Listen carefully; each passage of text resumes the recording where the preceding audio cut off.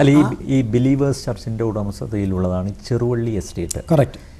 Cheruvally estate revenue ഭൂമി കൈവശപ്പെടുത്തി എന്നുള്ളതാണ് ഈ AM വർഗീസാണ് അത് ഉന്നയിച്ചിരിക്കുന്നത്. കേരളത്തിൽ ഏതെങ്കിലും എസ്റ്റേറ്റ് യാതൊരു കോംപ്ലിക്കേഷനും ഇല്ലാതെ മിച്ച ഭൂമിയോ ഗവൺമെൻറ് ഭൂമിയോ ആരുടെയും ഇല്ലാത്ത ക്ലിയർ ടൈറ്റിലുള്ള ഒരു എസ്റ്റേറ്റ് ഉണ്ടെങ്കിൽ അത് ചെറുവള്ളി എസ്റ്റേറ്റാണ്. എന്നെ ആ കുറ്റം പറയേണ്ടത്. കാരണം ഇന്ന് ഞാൻ പറയുന്ന പോലെ പബ്ലിക്കായിട്ട് പോയി ചലഞ്ച് ചെയ്യേണ്ടതായിരുന്നു. അല്ല, എന്തുകൊണ്ടാണ് പബ്ലിക്കായിട്ട് വരാതിരുന്നത്? മണ്ടത്തരം, ഞങ്ങളുടെ മണ്ടത്തരം, ഫൂളിഷ്നെസ്. കാരണം എന്നോട് ചില അഡ്വൈസ് പറഞ്ഞിരുന്നു, ഞാൻ റെസ്പെക്ട് ചെയ്യുന്ന ആളുകൾ, തിരുമേനി ഇതിനൊന്നും മറുപടി പറയാൻ പോകരുത്, നേരെ ചൊവ്വയെ കാര്യങ്ങൾ ചെയ്യുക, നിങ്ങൾ ചെയ്യുന്നില്ല, എന്തിനാണ് പേടിക്കുന്നത്, അവർ പറയട്ടെ. പക്ഷേ ഈ ഇരുട്ടത്ത് അടി കൊണ്ടപ്പോൾ എണ്ണിച്ചേടാ ഇത് എന്ന് പറയുന്ന പോലെ എന്നെ സംബന്ധിച്ച് I admit this is A mistake V made. ഞങ്ങൾ റെസ്പോണ്ട് ചെയ്യാൻ, കാരണം ഞങ്ങൾക്ക് പേടിക്കാനായിട്ട് ഒരൊറ്റ തെറ്റുപോലും ഞങ്ങൾ കാര്യങ്ങൾ ചെയ്തിട്ടില്ല. എസ്റ്റേറ്റ് ഞാൻ പറയട്ടെ, ഞാനിപ്പം തിരുവനന്തപുരത്ത് വരുന്ന വഴിക്ക് ഞാൻ നോക്കി എന്തുമാത്രം മറ്റ് ചർച്ചുകളുടെയും ഇൻസ്റ്റിറ്റ്യൂഷൻ ഉണ്ട്. അമൃതാടെ എന്തുമാത്രം പ്രോപ്പർട്ടി ഉണ്ട്, എന്തിനാണ് അവർ വാങ്ങിയിരിക്കുന്നത്? ബിലീവേഴ്സ് ചർച്ചിൻ്റെ ചെറുവള്ളി എസ്റ്റേറ്റ് അതിന് പണം കൊടുത്ത ഡോണേഴ്സ് സ്പെസിഫിക് ആയിട്ട് പറഞ്ഞിട്ടുണ്ട്, ഇത് ഇൻകം പ്രൊഡ്യൂസിങ് എൻറ്റിറ്റി നിങ്ങൾ എസ്റ്റാബ്ലിഷ് ചെയ്യണം, ഭാവിയിൽ നിങ്ങളുടെ കാര്യങ്ങൾ കണ്ടിന്യൂ ആണ്. ഞാൻ ചോദിക്കട്ടെ, ഈ ഓൾമോസ്റ്റ് 40 കോടി രൂപ മുടക്കി ഈ 60,000 കുഞ്ഞുങ്ങളെ ടേക്ക് കെയർ ചെയ്യാനായിട്ടുള്ള പണം എവിടെ നിന്നുണ്ടാകും? എല്ലാ കാലത്തും ഞങ്ങൾക്ക് പിരിക്കാൻ ഒക്കുമോ? We have to produce our income, അതിനുവേണ്ടിയുള്ളതാണ്. അല്ലാതെ അത് വേറെ യാതൊരു പരിപാടിക്കുള്ള ആ പണം അക്ഷരികമായിട്ട് കൊടുത്തിരിക്കുന്നത് അതിനുവേണ്ടി മാത്രമാണ്.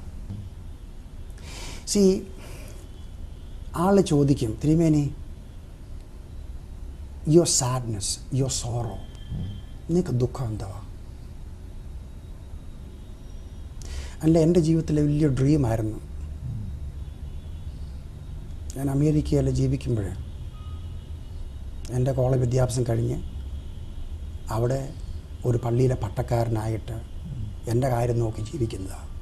എനിക്ക് ജർമ്മനി ജീവിക്കാം, ഇംഗ്ലണ്ട് ജീവിക്കാം, അമേരിക്കയിൽ ജീവിക്കാം. എല്ലാം വിട്ടിട്ട് എൻ്റെ രാജ്യത്തെ സേവിക്കാൻ വേണ്ടി ഞാൻ ഇന്ത്യയിൽ വന്നതാണ്.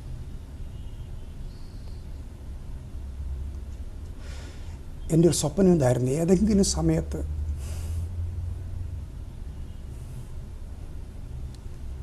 എൻ്റെ രാജ്യം, എൻ്റെ കേരളത്തിലെ ആളുകൾ എന്നെ തിരിച്ചറിയും.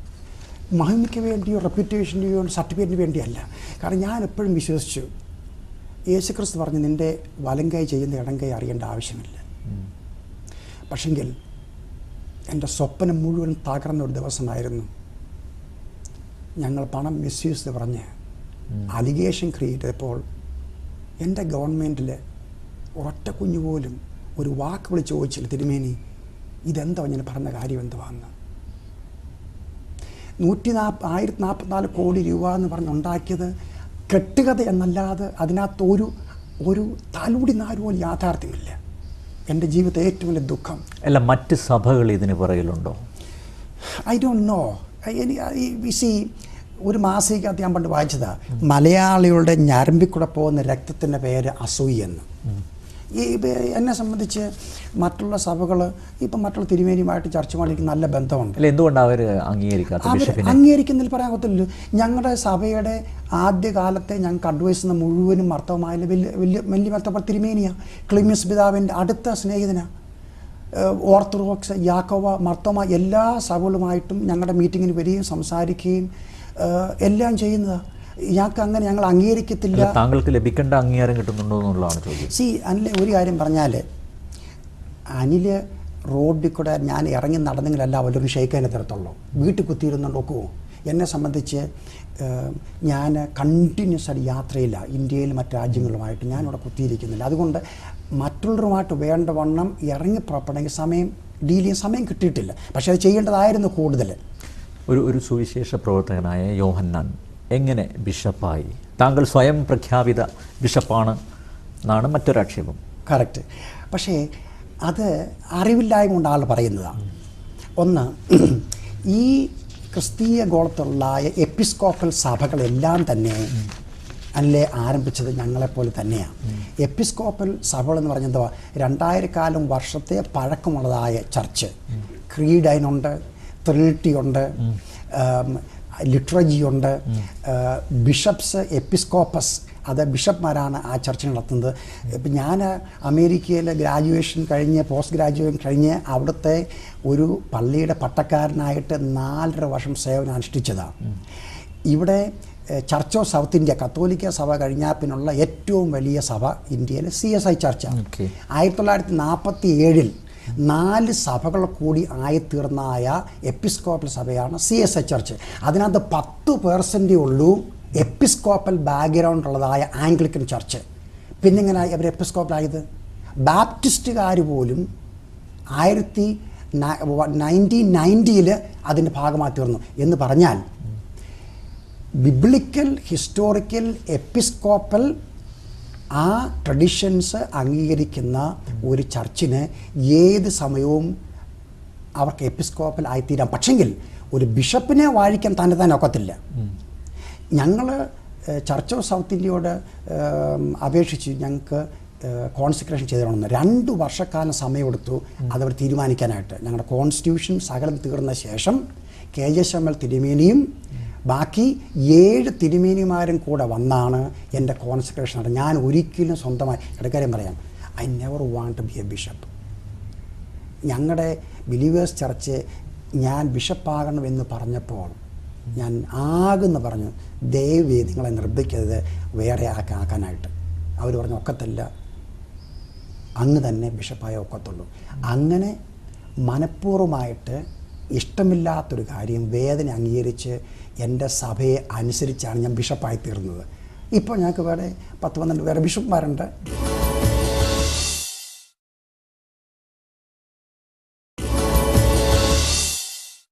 ബിഷപ്പ്, ഏത് സഭകൾ എടുത്തു നോക്കിക്കഴിഞ്ഞാലും എല്ലാം അധികാരത്തിൻ്റെയും പണത്തിൻ്റെയും പിറകെയാണ്.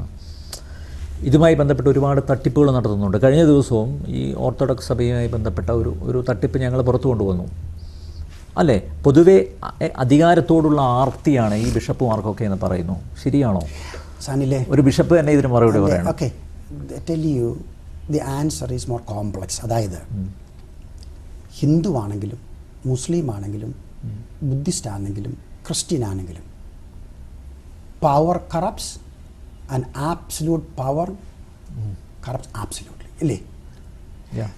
രാഷ്ട്രീയ രംഗത്ത് അത് തന്നെയല്ല ഉണ്ടാകുന്നത്. അന്നേരം ചർച്ചുകളുടെ പിതാക്കന്മാർ അവർ മനുഷ്യരാണ്. ഇപ്പം ഞാനിപ്പോൾ കുപ്പായിട്ട് നിങ്ങളെന്നെ കാണുന്നിരിക്കുന്നത്, വൈകിട്ട് ഞാൻ വീട്ടിൽ ചെല്ലുമ്പോൾ അരമനയിൽ എല്ലാം കൂടി കയ്യിലെടുത്ത് കൊടുക്കും, ബെന്നിനിടും, വൈകിട്ട് ചില കഞ്ഞി കുടിക്കും, ചുട്ട പപ്പടം കഴിക്കും, രാവിലെ അതുപോലെ ജീവിക്കും. എനിക്കൊരു സൈക്കിളുണ്ട്, അത് ചവിട്ടി നടക്കും ക്യാമ്പസിലൊക്കെ. ഞാൻ ചോദിക്കട്ടെ, ഞാനും അതിനുമായിട്ടുള്ള വ്യത്യാസം എന്തുവാ? ഞാൻ ബിഷപ്പായതുകൊണ്ട് എൻ്റെ പവർ മിസ്യൂസ് ചെയ്യാൻ ഞാൻ തീരുമാനിക്കുന്നെങ്കിൽ അത് ദൈവത്തിൻ്റെ ഹിതമോ ദൈവത്തിൻ്റെ വഴിയല്ല, വീണ പാവിയായ മനുഷ്യൻ്റെ ടെൻഡൻസീസാണ്. അത് ചർച്ചുകളിൽ ഉണ്ടാകുന്നില്ലെന്ന് ഞാൻ പറയത്തില്ല, പക്ഷെങ്കിൽ അതിന് ഞാൻ ഒത്തിരി ദുഃഖിക്കുന്നു. കാരണം ക്രിസ്തീയ സഭ എന്ന് പറയുന്നത്, കർത്താവ് യേശു പറഞ്ഞു, നിങ്ങളിൽ ഏറ്റവും വലിയവൻ എല്ലാവരുടെയും ദാസൻ ആയിത്തീരട്ടെ. മഹാത്മാ ഗാന്ധിജി എങ്ങനെയാണ് രാജ്യത്തെ മോചിപ്പിച്ചത്? പവർ ഉപയോഗിച്ചെന്ന് ഒരിക്കലും പറയാനൊക്കത്തില്ല. എല്ലാം വിട്ടുകളഞ്ഞ് സാധാരണക്കാരായാണ്.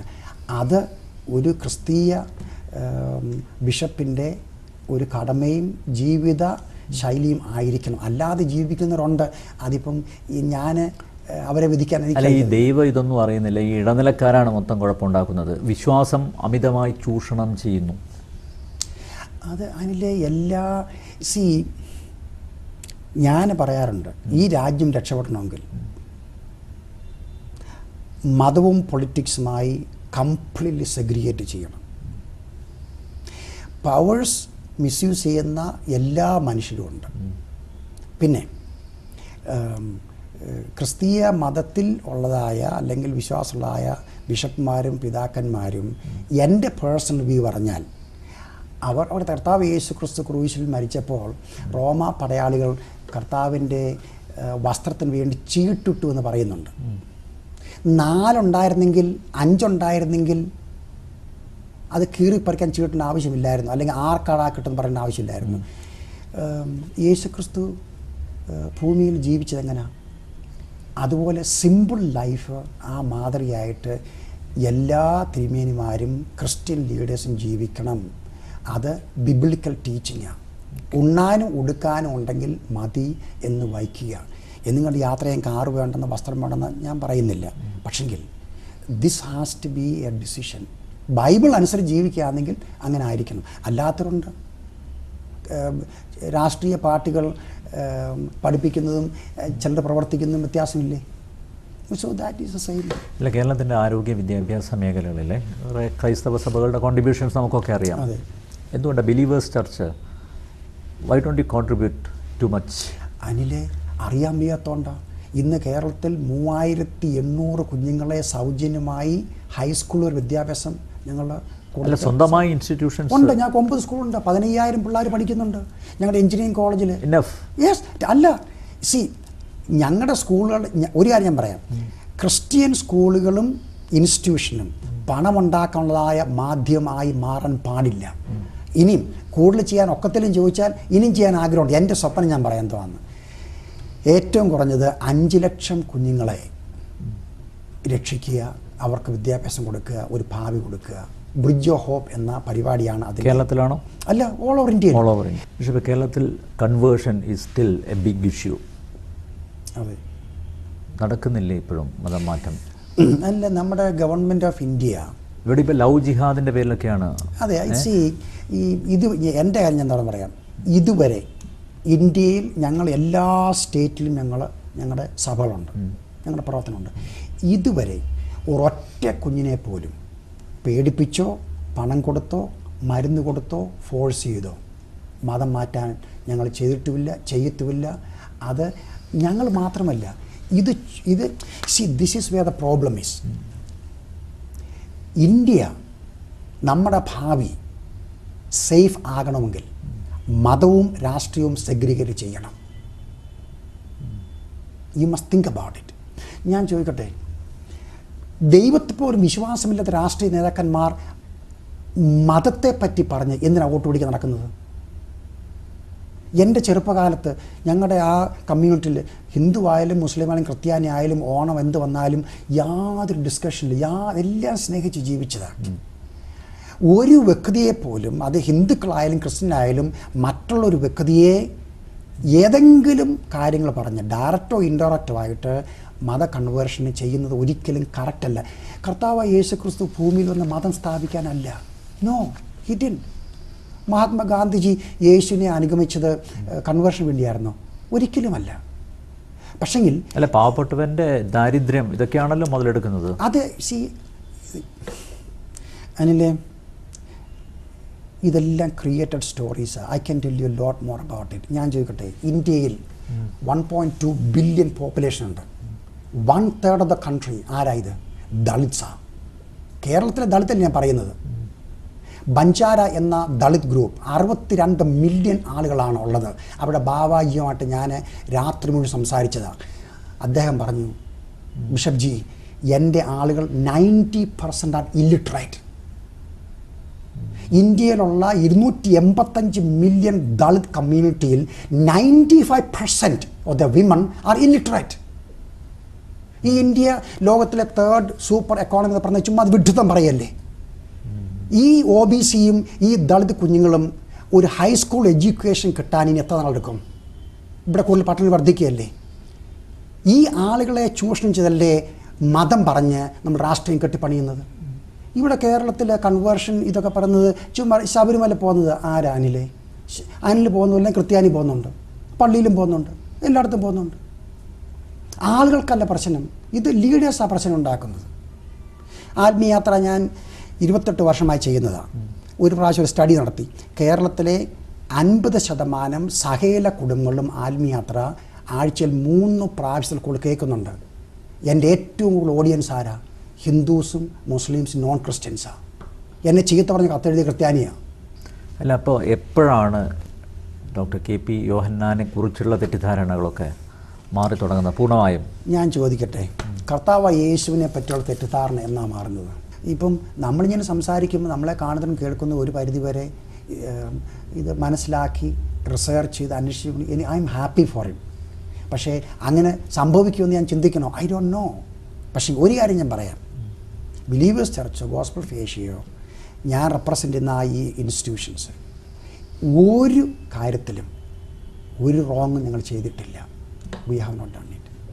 എൻ്റെ പേരിൽ 1 സെൻറ്റ് ഭൂമി പോലും ഞാനോ എൻ്റെ കുടുംബത്തിലങ്ങളോ ഇതിനു വേണ്ടി വാങ്ങിയിട്ടില്ല, അങ്ങോട്ട് കൊടുത്തിട്ടേ ഉള്ളൂ. That is the truth. Okay bishop, വളരെയധികം നന്ദി വർത്തമാനത്തിൽ പറഞ്ഞു. Thank you.